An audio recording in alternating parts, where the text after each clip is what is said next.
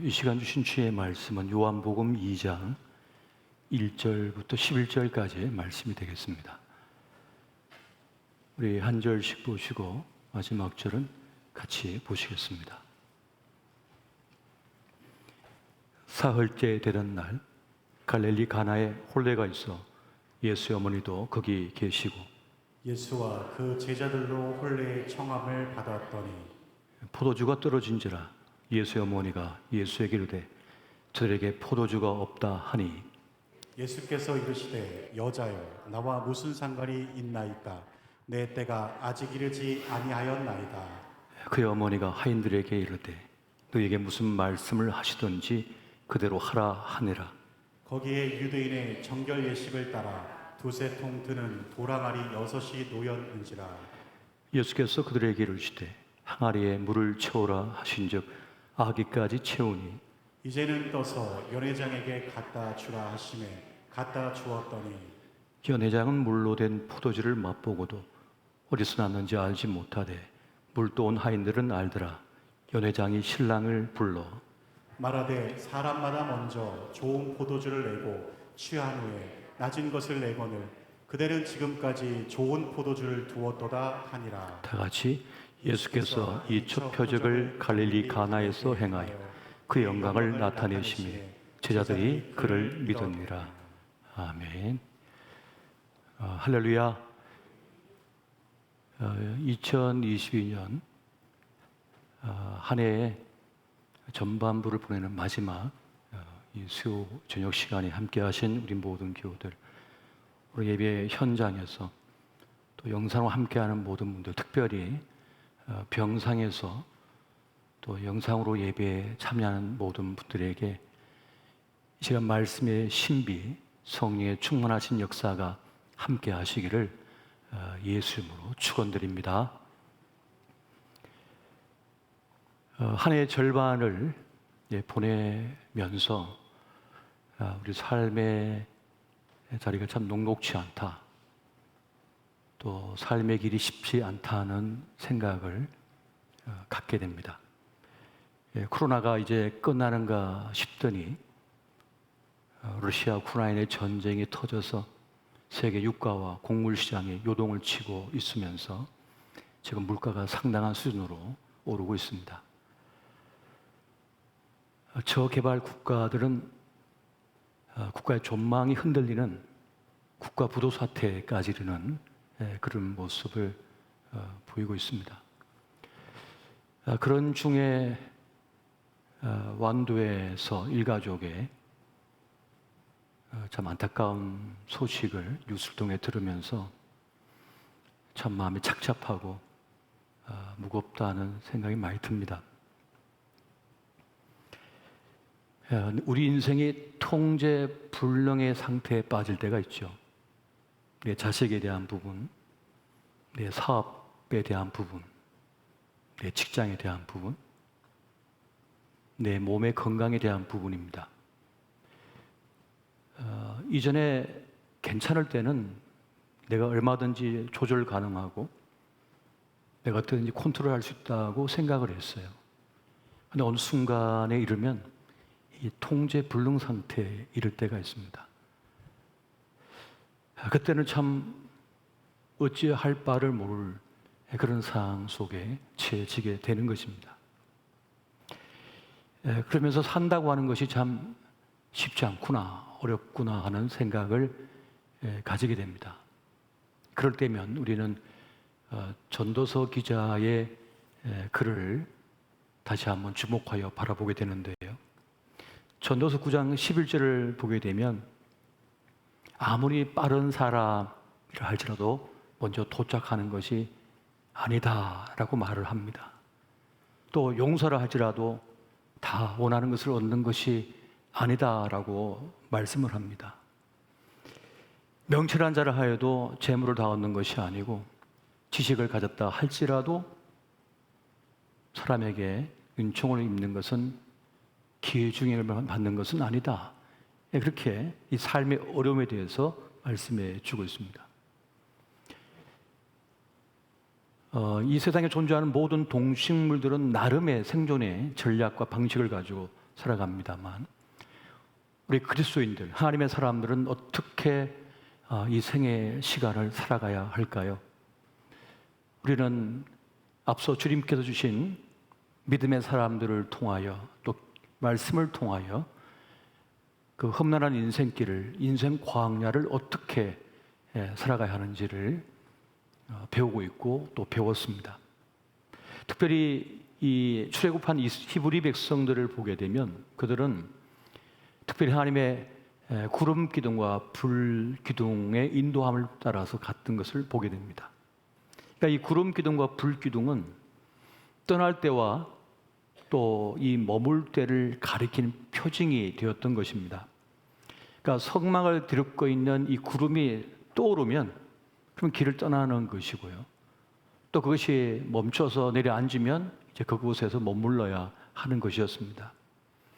어떤 데는 하루만 머물 때가 있었고 어떤 데 열흘을 머물 때가 있었고 한참의 시간 동안 머물 때도 있었던 것을 보게 됩니다.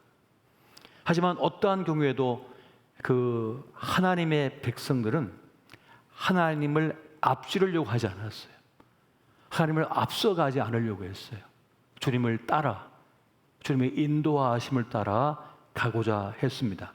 이것이 바로 광야를 지나는 지혜 중에 지혜였던 것입니다. 살다 보면 나름의 지혜를 갖게 되고 경험도 갖게 됩니다. 또 나름의 판단력을 갖게 되고 또 나름의 방식도 갖추게 되는 것이 사실입니다. 하지만 하나님의 백성은 하나님의 인도함을 따라서 나아가는 그런 사람들이었던 것입니다. 오늘 본문의 이 가나 혼인잔치에서의 사건도 바로 이것을 우리에게 사실 말씀해 주고 있는 것입니다. 사흘째 되던 날이라고 1절에서 말씀하고 있는데 이 사흘째 되던 날은 어떤 날인가 하면 이 제자들을 부른 후 이제 사흘째가 되었다는 것을 말씀해 주고 있습니다. 그렇게 청함받은 곳이 바로 혼인잔치 집이었던 것입니다. 그러니까 우리가 인생을 살면서 가장 큰 의뢰 가운데 하나가 뭡니까? 결혼식이에요. 가문의 가정의 큰 기쁨이죠. 공동체의 큰 기쁨의 날입니다. 중요한 의뢰 가운데 하나잖아요. 그 자리에 우리 주님께서 초청을 받아 가셨던 겁니다. 그때까지는 손님이셨어요. 그런데 이 혼례 잔치집에 모든 것이 다 준비가 되었을 텐데 그만 문제가 발생하죠. 위기가 찾아오게 됩니다. 그때 이제 주님은 손님이 아니라 주님으로서 등장하게 되어집니다. 그때 어머니인 마리아는 하인들에게 뭐라고 합니까? 주님이 뭐라고 말씀하시든지 간에 질문하지 말고 시킨 대로 그대로 따르라. 그래서 그들은 돌 항아리 6개에다가 물을 아기까지 가득 채우죠. 그리고 연회장에 갖다 주었는데 그것이 포도주로 최상품의 포도주로 변하여진 사건. 그래서 그 축제의 자리가 진짜 축제의 자리가 되게 하는 그런 은혜를 누렸던 것을 보게 됩니다. 그래서 사도 요한은 이 주님의 첫 번째 표정을 통하여 하나님의 영광이 드러났고 그리고 제자들이 주님을 믿게 되었다고 그렇게 기록하고 있는 것을 보게 됩니다. 여기서 첫 번째 행한 이 이적, 이 표징에 대해서 우리가 한번 생각해 볼 필요가 있습니다. 그래서 첫 번째라고 말하고 있는 이 아르케라고 하는 이 말은 시작되었다라고 하는 그런 뜻도 가지고 있습니다만 이것은 기원 혹은 근본이라고 하는 뜻을 가지고 있기도 합니다. 그러니까 이 가나 혼인 잔치의 첫 번째 이적은 바로 예수님이 누구신지 그분이 왜 우리에게 오셨는지를 알려주는 매우 중요한 사건이 되고 있다는 것입니다. 그러니까 가나 혼인 잔치든지 어떠한 자리, 어떤 형편 속에 있든지 간에 위기의 순간, 어둠의 순간, 통제불능의 상태라 할지라도 주님을 모시는 그 자리는 우리 삶을 본래의 삶의 맛을 내는 자리로 만들어내신다는 것이고 우리 삶을 회복시키는 그런 은혜가 있다고 하는 사실을 우리에게 지금 말씀해 주고 있는 것입니다. 누구든지 어떤 형편과 상황 속에 있든지 주님을 내 삶의 자리에 모실 때, 주님께서 내 삶의 중심에 들어오시면 그것이 어떠한 형편 상황이라 할지라도 우리의 삶을 제 몫의 삶으로 이 땅에 올 때에 풍부하여 주신 그 삶을 제대로 살아낼 수 있는 그 은혜의 역사로 만들어낸다는 것을 말씀하고 있다는 것입니다. 이것이 바로 가나 혼인잔치 사건이 우리에게 알려주고 있는 요 중요한 메시지가 되고 있다는 것입니다. 여기서 중요한 것이 있죠. 마리아가 하인들에게 뭐라고 했습니까? 주님께서 뭐라고 말씀하시든지 간에 그대로 순종하라, 따르라 라고 말씀하셨다는 것입니다. 여러분, 순종은 어떤 것보다 중요한 영적인 태도가 되어지는 것입니다. 종교개혁자인 마틴 루터는 그런 말을 했어요. 순종하면 기적이 일어난다. 하나님의 말씀에 순종하면 기적이 일어난다. 할렐루야! 믿으십니까? 여러분, 이 말씀을 믿으실 수가 있어야 하는 것입니다. 지금 우리는 불순종의 시대를 살아가고 있어요. 순종을 하지를 못해요. 순종을 배운 적이 없거든. 순종하면 굴복당하고 굴욕당한 것으로 알고 있습니다.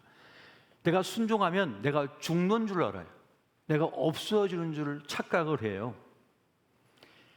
마땅히 따라야 할 것을 따르지 못하면 불행한 인생이 되는 것입니다. 구명조끼 입으세요. 그건 구명조끼 입어야 돼요. 그래야 위기의 순간에 살아낼 수가 있거든요. 집집마다 소화기를 비치하세요 하면 그냥 순종해서 소화기 사놓아서 비치해 놓으면 돼요. 그럼 위기의 순간에 내 집을 지킬 수가 있는 거잖아요. 아주 마땅한 것, 당연한 것조차도 따르지 못하는 것이 오늘날 이 불순종의 영이 역사하는 세상의 모습이라는 것입니다. 하나님은 우리를 위하여 살 길을 열어주셨습니다. 때마다 하나님께 우리에게 살 길을 열어두셨는데 그걸 볼 눈이 없어요. 그걸 들을 귀가 없는 거예요.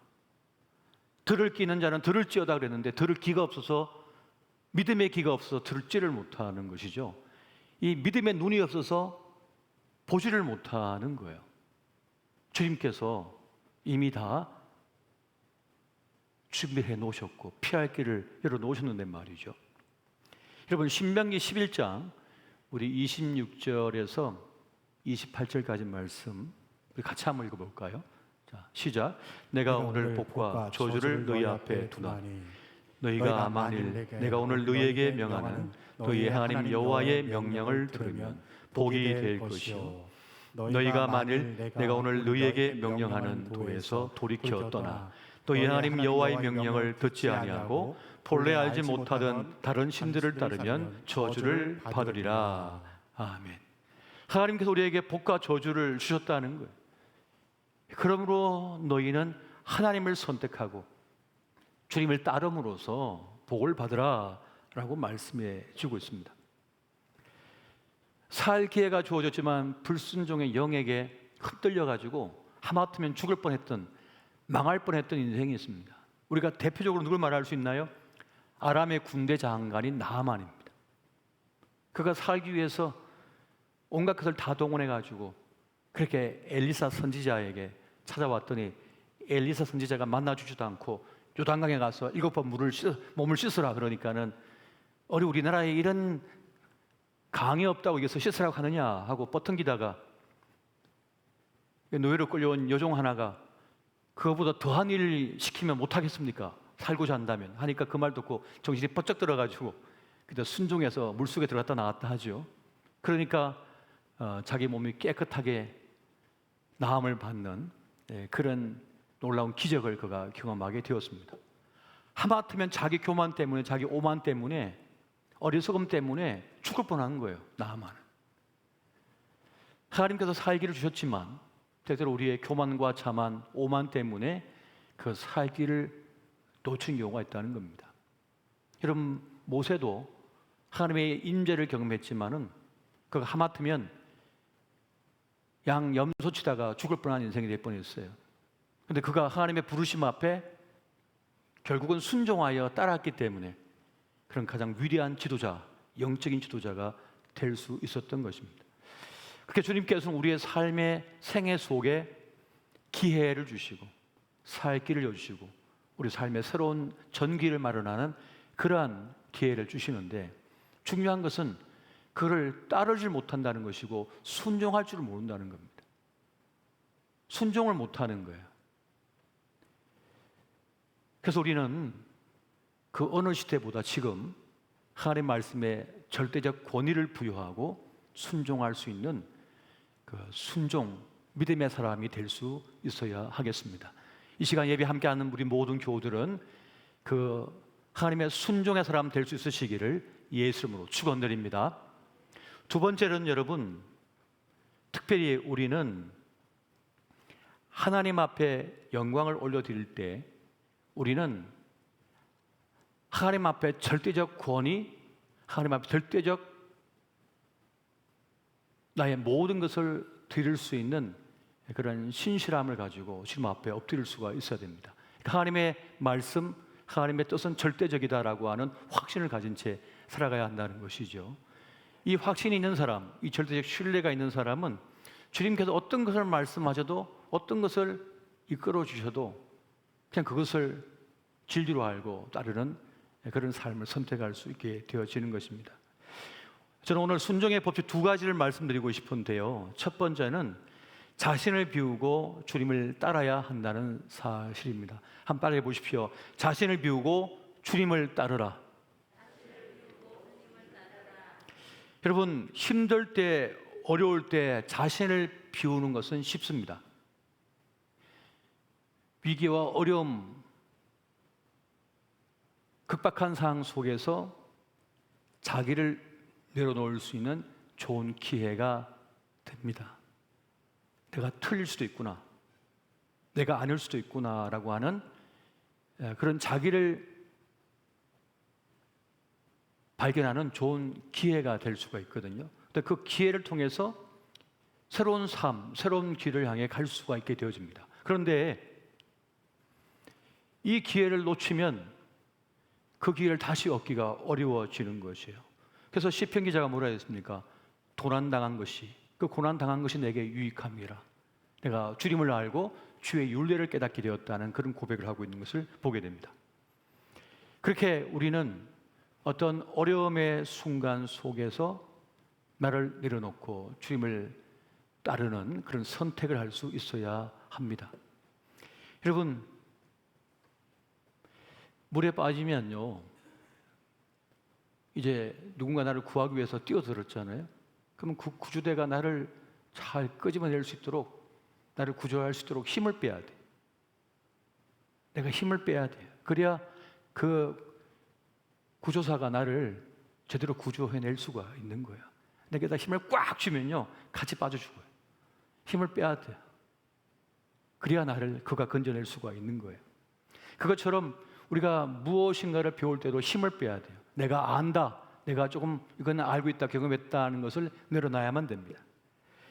나를 내려놓을 때 새로운 것을, 새로운 기술을, 새로운 길을 내가 배우게 되고 그 길을 갈 수가 있다는 것입니다.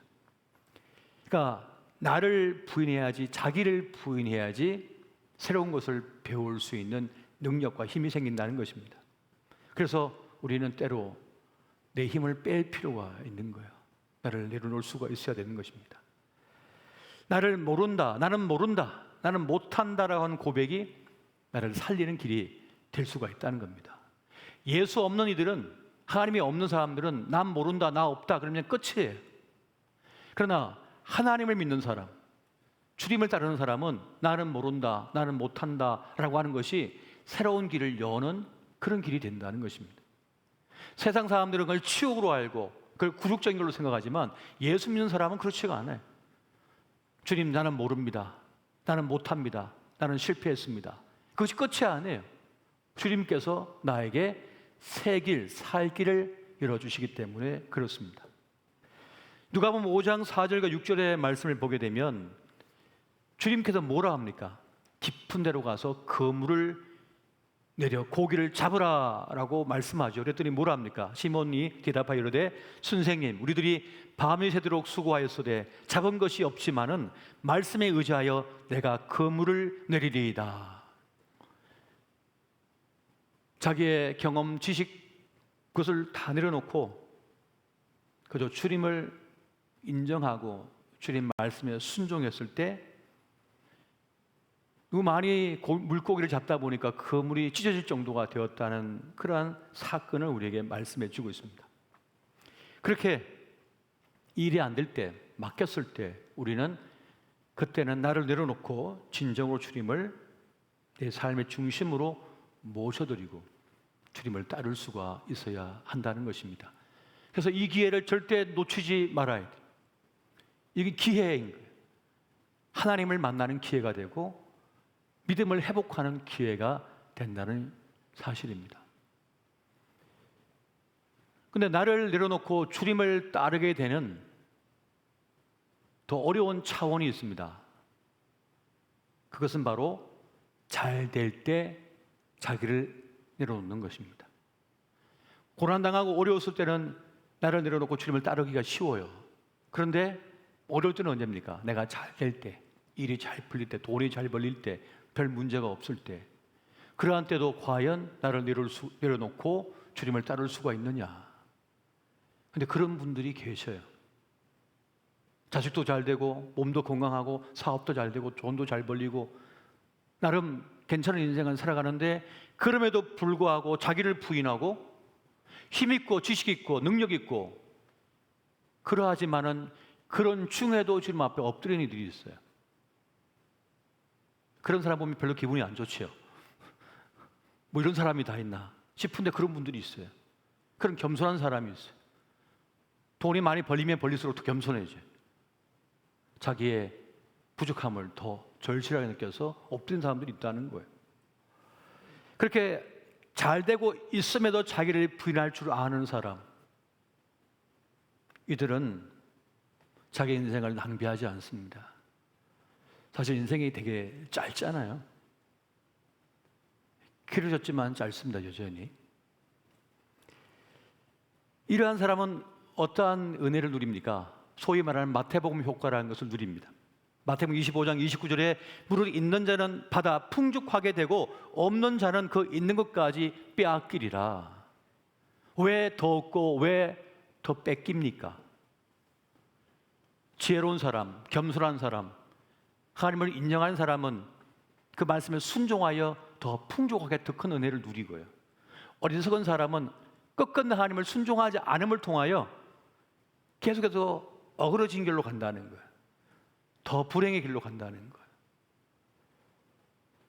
오늘 저와 여러분은 하나님을 신뢰하고 순종함을 통하여 그 은혜 누리시기를 예수 이름으로 축원드립니다. 아주 단순한 논리지만 그것이 우리를 살게 한다는 것입니다. 우리가 신구약 66권을 우리가 읽고 있습니다만 외경이라고 하는 것이 있잖아요. 정경에 들어오지 못하고 외경에 나온 그 성경에 보면 신학생 때 그 외경을 사서 읽어본 적이 있는데 거기 보면 그런 글이 나옵니다. 그러나 예수님께서 12제자를 데리고 산 높은 곳에 올라가시는데 그런데 뭐라고 하시냐면 다 너희들이 보기에 큰 돌덩어리 2개씩을 끌어안고 올라가라 그럽니다. 그러니까 베드로는 우직해가지고 자기 눈에 볼 때 큼직한 돌덩어리를 갖다 가슴팍에 2개 끌어안고는 이제 낑낑하면서 올라가고 가룟 유다는 베드로 뒤에 쫓아가면서 돌을 집었다 보니까 너무 무거운 거예요.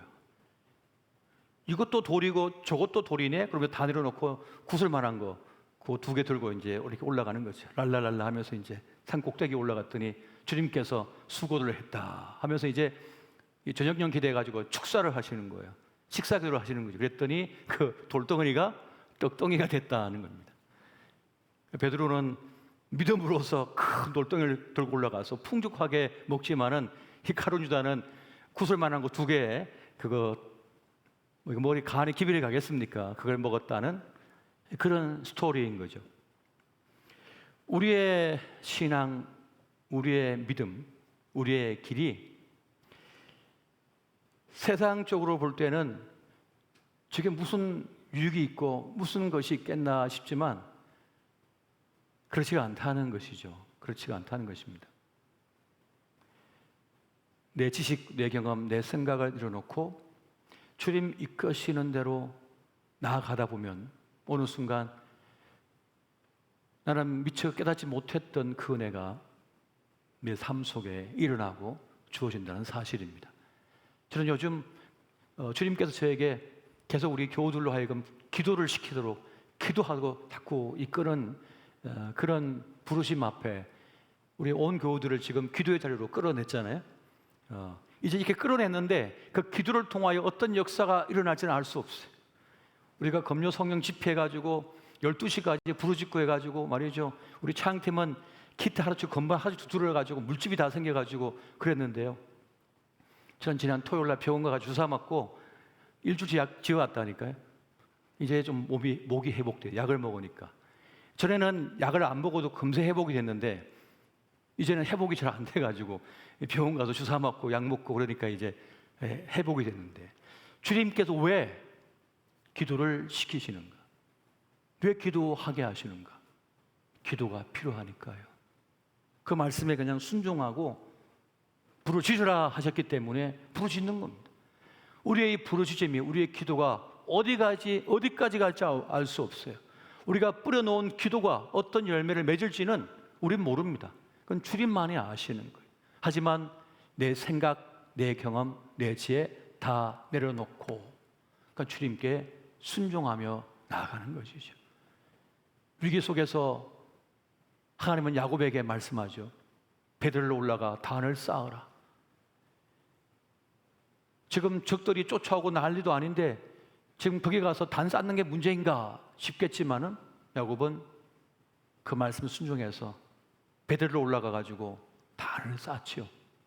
근데 그것이 그를 살려냈고 그 가문을 살려내는 놀라운 역사를 이루어냈던 것을 우리가 보게 됩니다. 그러면 쫓아오던 대적들은요, 하나님 영이 그 군대에게 찾아가서 그 마음속에 들어가 두려움을 심어주니까 겁나가지고 다 도망가 버렸거든요. 그렇게 하나님께서는 역사를 행하시는 것입니다. 여러분 히브리서 13장 17절 말씀 한번 보겠습니다. 자, 같이 읽습니다. 시작. 너희를 인도하는 자들에게 순종하고 복종하라. 그들은 너희 영혼을 위하여 경성하기를 자신들이 청산할 자인 것 같이 하느니라. 그들로 하여금 즐거움으로 이것을 하게 하고 근심으로 하게 하지 말라. 그렇지 않으면 너희에게 유익이 없느니라. 아멘. 하나님께서 하나님의 종들로 하여금 우리 교우들을 위하여 기도하게 만들고 그들을 영적으로 이끌어가게 하신 이유는 하나님께서 그 일을 하도록 이끄시고 계시기 때문에 그렇습니다. 중보기도 하게 하고 찾아가 돌보게 하고 슬픔을 함께 나누게 하고 중요한 순간에는 정말 필요한 메시지를 통하여 깨닫게 하고 하는 이러한 일들은 매우 중요한 의미가 있는 것입니다. 그러므로 집사님 기도합시다. 기도하십시오. 함께 우리 예배에 집중합시다. 예배에 집중하십시오. 하나님 앞에 우리가 정결한 마음으로 섭시다. 그러면 몸과 마음을 정결하게 하고 그렇게 따르십시오. 그것이 우리에겐 영적인 큰 유익이 되고 은혜가 있는 것입니다. 여러분 한 해의 절반을 보내고 또 한 해의 절반을 시작하는 이 중요한 지점에 우리가 서 있습니다. 지난 전반부 우리가 어떠한 삶을 살았든지 중요한 것은 또 후반부인 거예요. 전반부에서 후반부로 넘어가는 이 중요한 지점에서 우리는 감사를 선포하고 또 감사를 고백하며 그렇게 나가게 될 것입니다. 그러한 자리, 그 은혜의 자리를 결코 여러분 소홀하게 여기지 마시고 함께 몸과 마음을 겸허히 하여 그렇게 성찬에도 참여하고 그러한 은혜를 누릴 수가 있어야 된다는 것입니다. 두 번째, 여러분 우리는 모든 걸 다 이해하지 못해도 하나님 앞에 순종할 수 있어야 합니다. 한번 따라해 보십시오. 이해하지 못해도 순종하라. 나에게 일어나고 있는 수많은 일들, 또 하나님께서 나에게 행하시는 그 일들이 다 이해가 되지 않아요. 하지만 그것에 순종할 수 있어야 하는 것입니다. 하나님, 왜 저에게 이러한 상황을 주셨습니까? 왜 이러한 일들을 저에게 주셨습니까? 그러나 그것을 믿음으로 수용하고 주님이 이끄시는 대로 믿음으로 반응을 보이는 것입니다. 창세기 48장에 보면 우리가 알고 있는 것처럼 죽음을 앞둔 야곱이 요셉의 두 아들 므낫세와 에브라임에게 축복을 하잖아요. 마지막으로 죽기 전에 이제 축복하고 하려고 하는데, 그러니까 요셉이 이제 장남인 므낫세, 차자인 에브라임을 데리고 올 때 아버지 오른손 쪽에다가 므낫세를 데리고 오잖아요. 장자 축복하라고. 그런데 그렇게 앉혔더니 이 두 손을 엇바꿔 가지고 그렇게 축복을 하려고 하잖아요. 그러니까 요셉이 아버지가 안 됩니다, 손을 잘못하셨어요 라고 하잖아요. 그런데 뭐라고 합니까? 야곱이 안다, 나도 안다. 이 장자도 한 족속을 이룬 자가 될 것이지만은 그 아우가 더 큰 자가 될 것이라고 그렇게 말씀을 하는 장면을 보게 됩니다. 요셉도 나름 똑똑한 사람이고 나름 인생의 경험이 있는 사람이니까 나름의 자기 장자에 대한 계획을 갖고 계셨겠죠. 그런 뜻을 가지고 있었겠죠, 요셉도. 그러나 하나님의 계획과 뜻은 달랐다는 겁니다. 하나님의 뜻하심이 있었다는 거예요. 그 뜻하심에 따를 수 있는가? 따를 믿음이 있는가? 순종할 능력이 있는가? 했을 때 요셉은 따릅니다. 그걸 수용하는 장면을 보게 되는 것입니다. 이처럼 우리는 하나님께서 행하시는 일을 다 헤아릴 길이 없어요. 일이 왜 나에게 왔는지, 왜 이 슬픔이 나에게 있는지, 왜 힘겨움을 하나님 허락하시는지 우리는 다 알 길이 없습니다.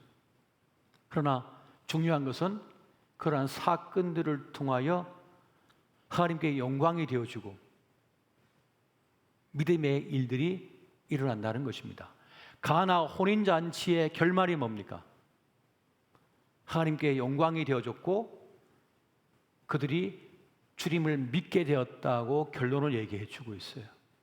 그러니까 우리가 주님의 뜻에 순종하게 따라가다 보면 어떤 사건이 일어나냐면 그의 나라와 그 영광이 나타나게 되는 거예요.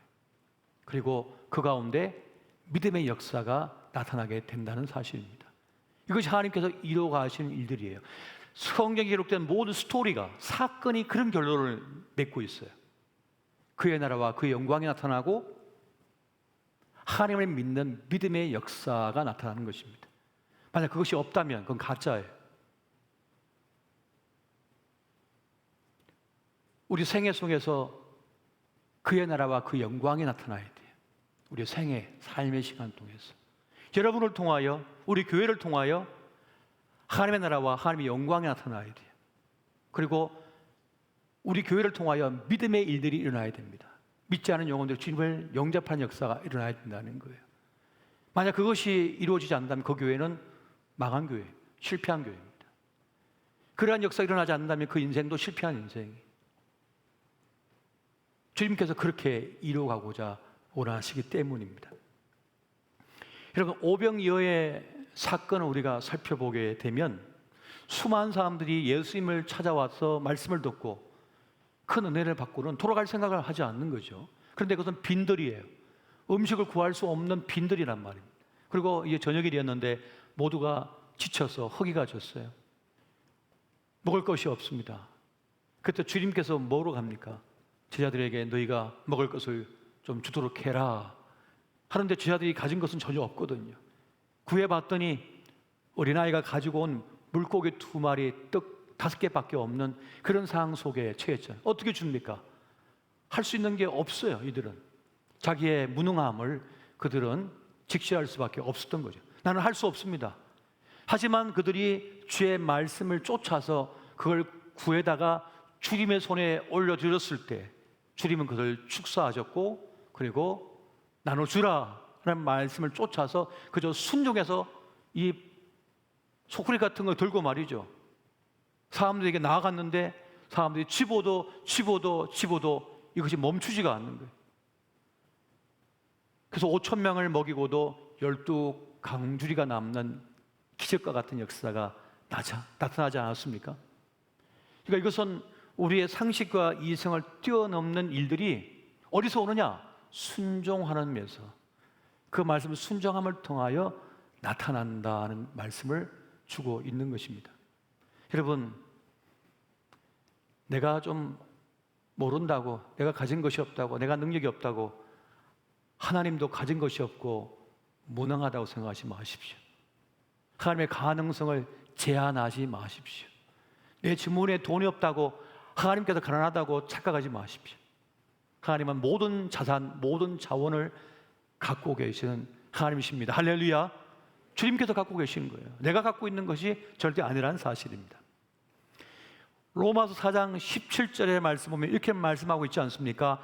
하나님은 죽은 자를 살리시며 없는 것을 있는 것으로 부르시는 이시니라. 죽었던 자를 살리고 지금 없는데 있는 것으로 부르시는 하나님, 없었는데 있게 만드시는 하나님이시라고 말씀해 주고 있습니다. 이것이 바로 창조의 하나님, 구원의 하나님, 능력의 하나님이시라는 것입니다. 우리는 바로 그 하나님을 믿는 사람인 것입니다. 여러분, 내가 볼 때는 지금 하는 일이 어리석어 보이고 손해보는 일처럼 느껴질 수도 있어요. 근데 하나님께서 그렇게 하도록 하실 때에는 이유가 있는 거예요. 아무것도 아닌 것처럼 보이는 일, 바보처럼 보이는 일, 누군가에게 양보를 하고 누군가를 위해 기도해주고 무시당하고 마치 없는 자처럼 취급받고, 그럼에도 불구하고 도리어 그를 위해 기도해 주라는 하나님의 뜻을 쫓아서 축복 기도해 주시거든요. 그런 일들이 사실 많습니다.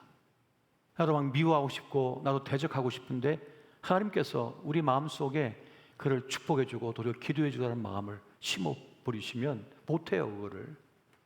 근데 그렇게 하는 것이 분명히 손해되는 일 같은데, 그런데 그것이 어느 사이에 내 삶의 판도를 바꾸는 거죠. 내 삶의 물줄기를 바꾸는 것이죠. 하나님께서 하시는 일들이 있다는 것입니다. 이사야 55장 11절의 말씀이 이렇게 말씀하지 않습니까? 내 입에서 나가는 말도 이와 같이 헛되이 내게로 되돌아오지 아니하고 나의 기뻐하는 뜻을 이루며 내가 보는 일에 형통함이니라. 하나님의 말씀은 생명력 있고 역사하는 것이기 때문에 우리가 그 말씀을 쫓아 따르게 되면 그 말씀은 반드시 하나님의 뜻을 이루어 버리신다는 거예요. 이루어내신다는 거예요. 그러므로 우리는 하나님 말씀을 쫓아서 순종할 수 있어야 하는 것입니다. 할렐루야. 여러분, 하나님 말씀 주의 뜻에 순종할 줄 아는 주님의 사람 되시기 바랍니다. 지금 우리 사회는 불순종의 영이 가득한 세상입니다. 옳고 바르고 정직하고 귀한 것을 따르기보다는 속되고 악하고 더러운 것을 따르는 것이 더 죄로운 것처럼 보이는 세상을 지금 우리는 살아가고 있는 겁니다.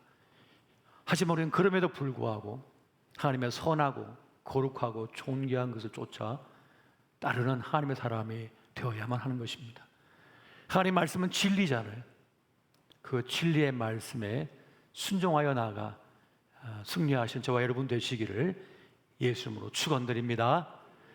우리 이 시간 함께 기도할 때 세상의 영을 따르지 않고 오직 하나님의 영을 따르며 오직 주의 말씀을 쫓아 나가는 주님의 사람이 되게 하여 주십시오. 그렇게 우리 함께 기도하며 나아가시겠습니다. 함께 기도합니다.